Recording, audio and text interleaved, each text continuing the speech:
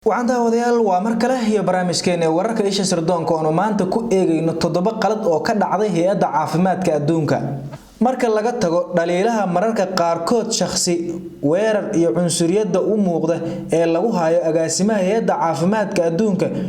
iyo eedaha ujeedada siyaasadeed la waxaa jira gafaf tiro badan oo muddooyinkii ugu dambeeyay hay'adda caafimaadka adduunka loogu jeedinayay qaabka ay ku wajahday xanuunka coronavirus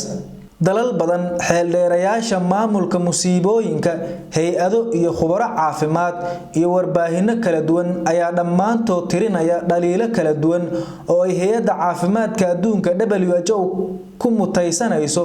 qaabka ay ku wajahday cudurka coronavirus qaar badan oo kamid ahina waxa ay bilaabeen olole lagu ururinayo saxiixyo qaramada midoobay iyo dalalka dhaqaalaha leh lagaga codsanayo in ay dhisaan hay'ado kale oo caafimaadka adduunka ka barbar wada ama ka bedela hay'adda caafimaadka adduunka ee WHO qaladka koowaad waxa uu yahay madax buuxinta Shiinaha ama la shaqaynta sida gaarka ay ula shaqaysay dawladda Shiinaha WHO waxa ay bilowgii marar kala duwan aad u amaantay dalka Shiinuhu sida uu uga jawaabay faafista cudurka coronavirus iyada oo aan mar kaliya sheegin runta ah in Shiinuhu uu si ula kac ah adduunka ugu qariyay khatarta xanuunkan taas oo sababtay in xanuunku fursad u helo in uu faafo ka hor intii aan khatartiisa lagu baraarugin waxa Shiinaha lagu eedeynayaa in uu qariyay ama aad u yareeyay xogta ku saabsan xanuunkan dalkiisa ka bilowday taas oo saynisyahanada ka hor istaagtay in ay goor hore fahmaan xanuunkan si ay u bilaabaan cilmi baaristiisa la xiriirta hay'adda caafimaadka adduunka waxa lagu eedeynayaa in ay ku kalsoon tahay xogta dalka Shiinuhu ka bixinayo xanuunkan digniinaheeda oo dhan xogtaasi ku saleysay halkii ay ka ahayd in ay si madax bannaan ugu samayso baaritaan xanuunka la xiriira inkasta oo mas'uuliyadda xog yaraanta bilowgii dhacday ay leedahay dawladda dalka Shiinuhu haddana waxa hubaal ah in ay hay'adda caafimaadka adduunka laga filayay in ay xeeldheerayaasheeda tirada badan si madax bannaan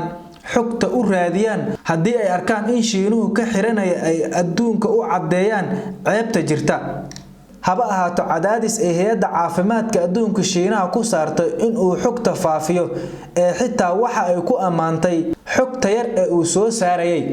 qaladka saddexaad ayaa waxa uu yahay xanuunka dadku isma qaadsiiyaan hay'adda caafimaadka adduunka ayaa 14kii bishii January si rasmi ah u qaadatay natiijada baarista ay Shiinuhu sameeyeen waxa aanay ku dhawaaqday in dadku aanay kala qaadin coronavirus arrintaani waxa ay sababtay in dalal badan oo aaminsan hay'adda caafimaadka adduunka ay ku go'aan qaataan in dadku aanay isu gudbin karin xanuunkan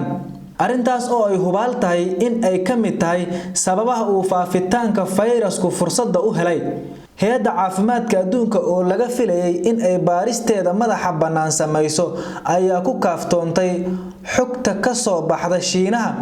oo laga yaabo in ay si bareer ah ka ahayd Shiinaha si uu khatarta xanuunkan adduunka ula qaybsado qaladka afaraad ee ay gashay hay'adda caafimaadka adduunka ayaa waxa uu yahay ku dhawaaqista marxaladda halista ah ee uu marayo cudurka coronavirus xaaladda uu marayo ayaa waxay noqon kartaa in uu yahay xanuun ku eg dad ama dal gaar ah waxa uu sidoo kale noqon kartaa xanuun dad badan ku faafaya xaaladda ugu daran ee uu gaarana waa in uu noqday xanuun si xawaare sare leh dalal iyo qaarado kala duwan ugu faafaya coronavirus waxa loo aqoonsaday in uu yahay marxaladaasi mar dambe oo ay hay'adda caafimaadka adduunka ku dhawaaqday waxaase lagu dhaliilayaa hay'adda caafimaadka adduunka in ay la dib dhacday in xanuunka ay marxaladan u aqoonsato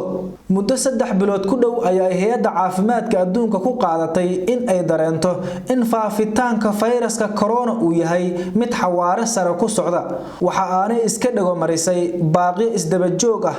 oo ay xeeldheerayaal caalami ah oo kala duwan uga soo jeedinayeen in xanuunku uu marxalad gaaray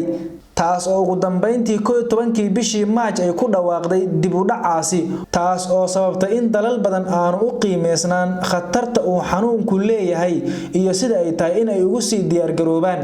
qaladka shanaad oo ka dhacay hay'adda caafimaadka adduunka ayaa waxa uu yahay coronavirus iyo isu socodka adduunka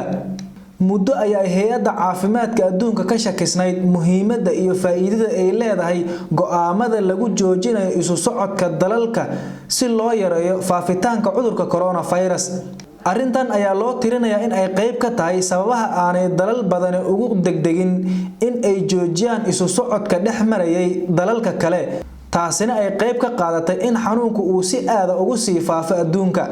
hay'adda caafimaadka WHO ayaa waxay go'aankan ku dhiiratay oo ay ku dhawaaqday goor xanuunku aad ugu faafay dowladaha adduunka badankooduna inta ay iskood khatarta ugu go'aamiyeen ayaa ay qaateen go'aan ay ku joojinayaan isu socodka dalalka kale ay la wadaagaan.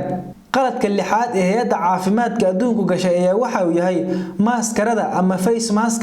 hay'adda caafimaadka WHO ayaa marar badan ku celcelisay in isticmaalka maskaradu uu ku koobnaado dadka ka shaqeynaya caafimaadka iyada oo aan ka fikirin waxa ugu yar ee uu tari karaa in uu yahay in dadka xanuunka qaba ee aan isku ogeyn ka ilaaliyo in ay sii gudbiyaan xanuunka. goor dambe oo xanuunku si aad ah u faafay ayaa ayna ku talisay in dhammaan dadku ay xidhaan si looga hortago in xanuunku uu faafo. arrintan waxa ay noqotay fadeexad kale oo keentay dhayalsi iyo in muddadii hore oo dhan qaar badan oo ka mid ah dowladaha adduunka ay dadkooda ku qasbi waayaan inay xidhaan face mask ama maskarada. qaladka toddobaad ee hay'adda caafimaadka adduunku gashay ayaa waxa uu yahay coronavirus hawada kuma faafo. waxa ugu daran waxa ay hay'adda caafimaadka adduunku ay bilowgii marar badan ku celcelisay in aanay jirin wax cadeynaya in fayraska corona uu hawada raaco oo sidaas lagu kala qaado karo,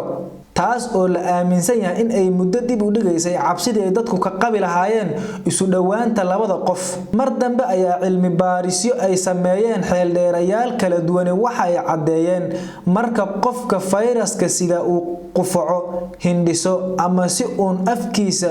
iyo sankiisa qoyaan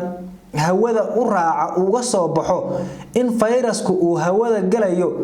oo waliba muddo saacado ah si dhex sabayn karo hawada, taasina ay keenayso in qof kasta oo hawadaasi gaara uu qaadi karo fayraska corona. arrintaas ayaana hay'adda caafimaadka adduunku mar dambe ku raacday khubaradii samaysay baaritaankaasi.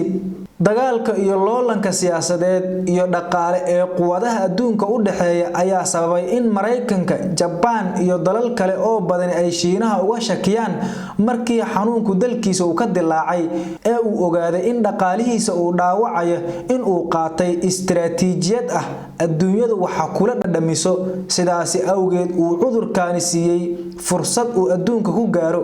qaladaadka ay ka mid yihiin kuwa aynu xusnay ee hay'adda caafimaadka adduunka iyo go'aamadeeda ay qaadanaysay waxa ay noqdeen kuwa markasta la jaan qaadaya xogta Shiinaha, sidaas awgeed xitaa haddii aanay ku talagal ahayn caawinaya istiraatiijiyadda Shiinuhu haddii ay jirto. waana sababtaasi sababta ay dalal badan u hadal hayaan qaladaadka hay'adda caafimaadka adduunka ee WHO.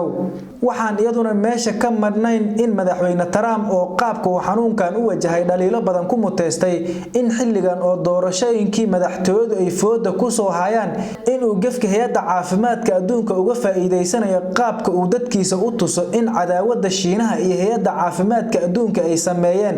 sidaas awgeed in aanu gaabiskiisu ku imaan